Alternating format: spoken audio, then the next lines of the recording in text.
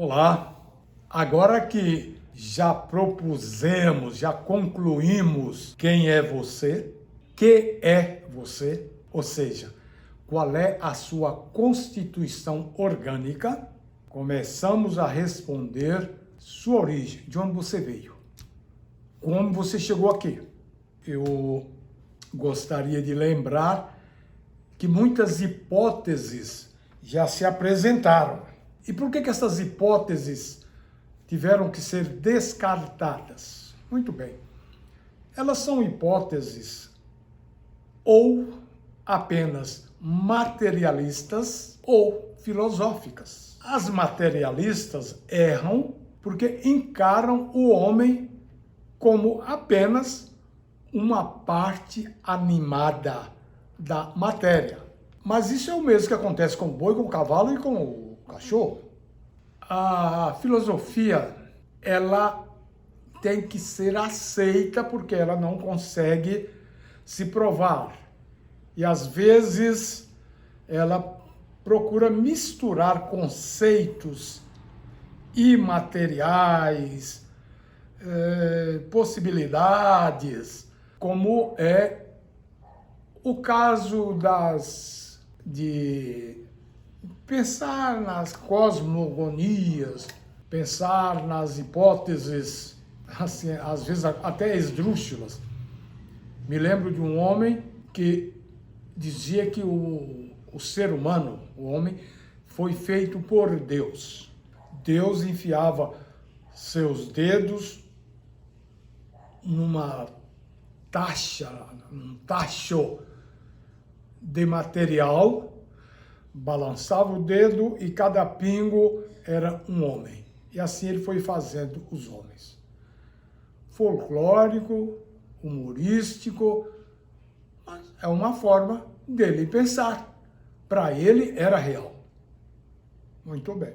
A hipótese que eu elegi é cientificamente plausível e, do ponto de vista historicista, é comprovada. Então, eu elegi a teoria criacionista encontrada no livro sagrado chamado Bíblia. E para que eu comece a justificar a criação, a presença da vida no planeta Terra, eu quero lembrar mais uma vez que todo o conceito que nós temos de um Criador vem desse livro, a Bíblia.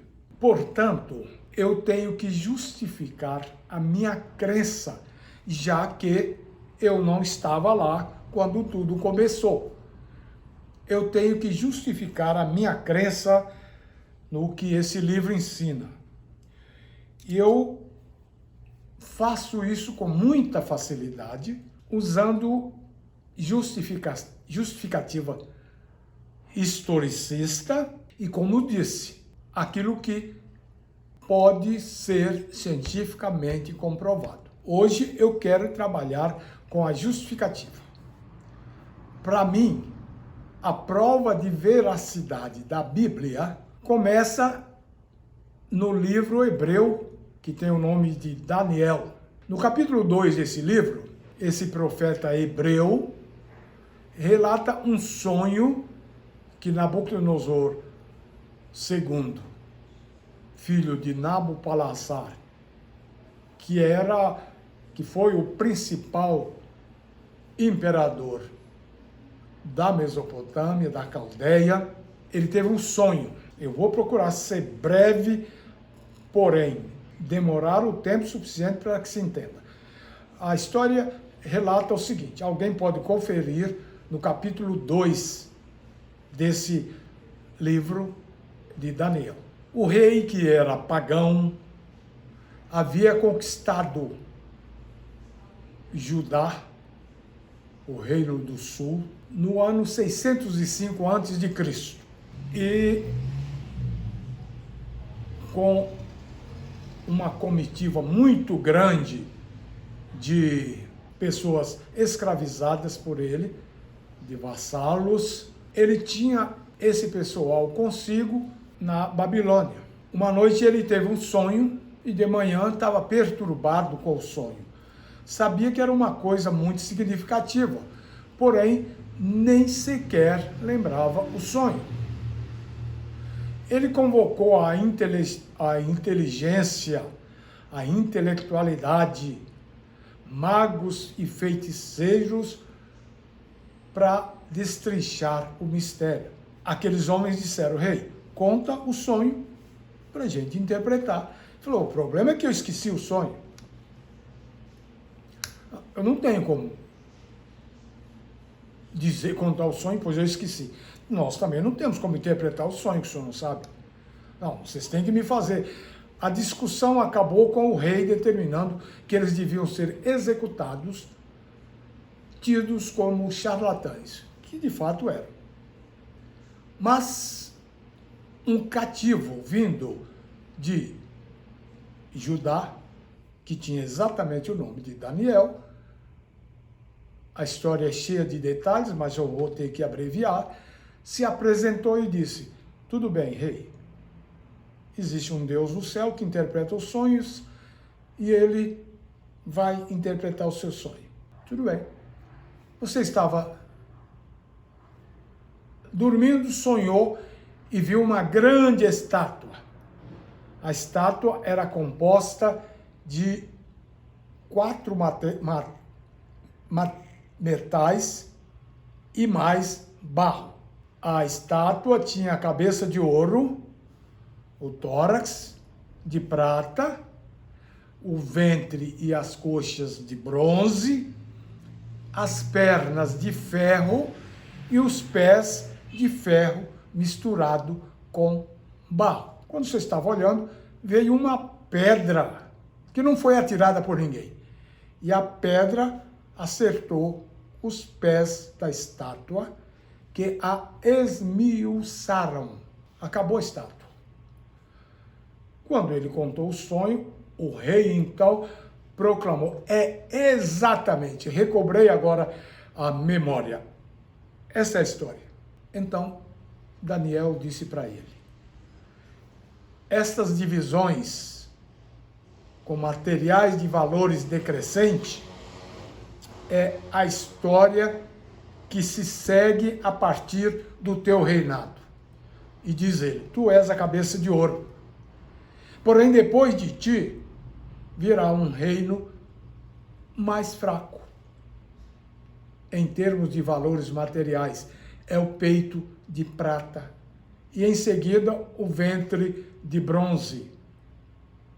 Na sequência, as pernas de ferro e os pés de mistura de ferro com barro. A pedra significa que, no final de tudo isso, o Deus do céu vai instalar um reino que será eterno. O rei se convenceu da realidade.